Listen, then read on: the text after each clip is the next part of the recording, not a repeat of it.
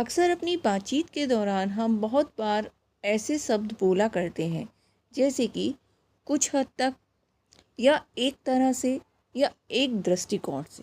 अक्सर हम ऐसे शब्द अपनी बातचीत में शामिल करते हैं और ऐसे शब्दों का उपयोग हम अपने वाक्यों में तब करते हैं जब हमें कोई बात से हम पूरी तरह से सहमत ना होकर कुछ हद तक या एक तरीके से होते हैं।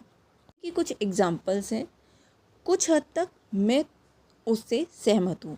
यहाँ पर कहने से मतलब है कि मैं उससे सहमत हूँ, मतलब पूरी तरह से नहीं, सिर्फ कुछ हद तक या एक तरीके से। एक तरह से वह सही है, मतलब वह पूरी तरह से सही नहीं है, एक तरह से या कुछ हद तक सही है। एक तरह से ये मेरे लिए खुशी का दिन था। यहाँ कहने से मतलब है खुशी का दिन पूरी तरह से तो नहीं था पर कुछ हद तक था। एक तरह से वह मेरा बड़ा भाई है।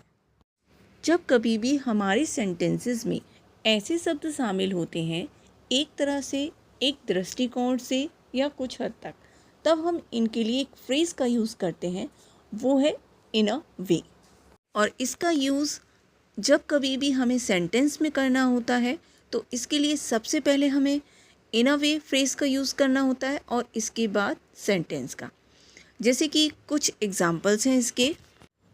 कुछ हद तक मैं उससे सहमत हूँ, तो सबसे पहले हम फ्रेज़ का यूज़ करेंगे इन अ वे और इसके बाद हम सेंटेंस बनाएंगे मैं उससे सहमत हूँ। सेंटेंस सिंपल प्रेजेंट का है। सबसे पहले सब्जेक्ट लगाएंगे आई, इसके बाद सहमत की इंग्लिश लगाएंगे एग्री, उससे विद हिम, तो ये हो जाएगा in a way I agree with him. एक तरह से वह सही है। सबसे पहले फ्रेज़ लगाएंगे इन अ वे और इसके बाद सेंटेंस बनाएंगे he is right. Next sentence है एक तरह से यह मेरे लिए खुशी का दिन था। अब जैसा कि ये जो सेंटेंस है ये पास्ट का है तो सब्जेक्ट के बाद हम वॉज या वर का यूज़ करेंगे।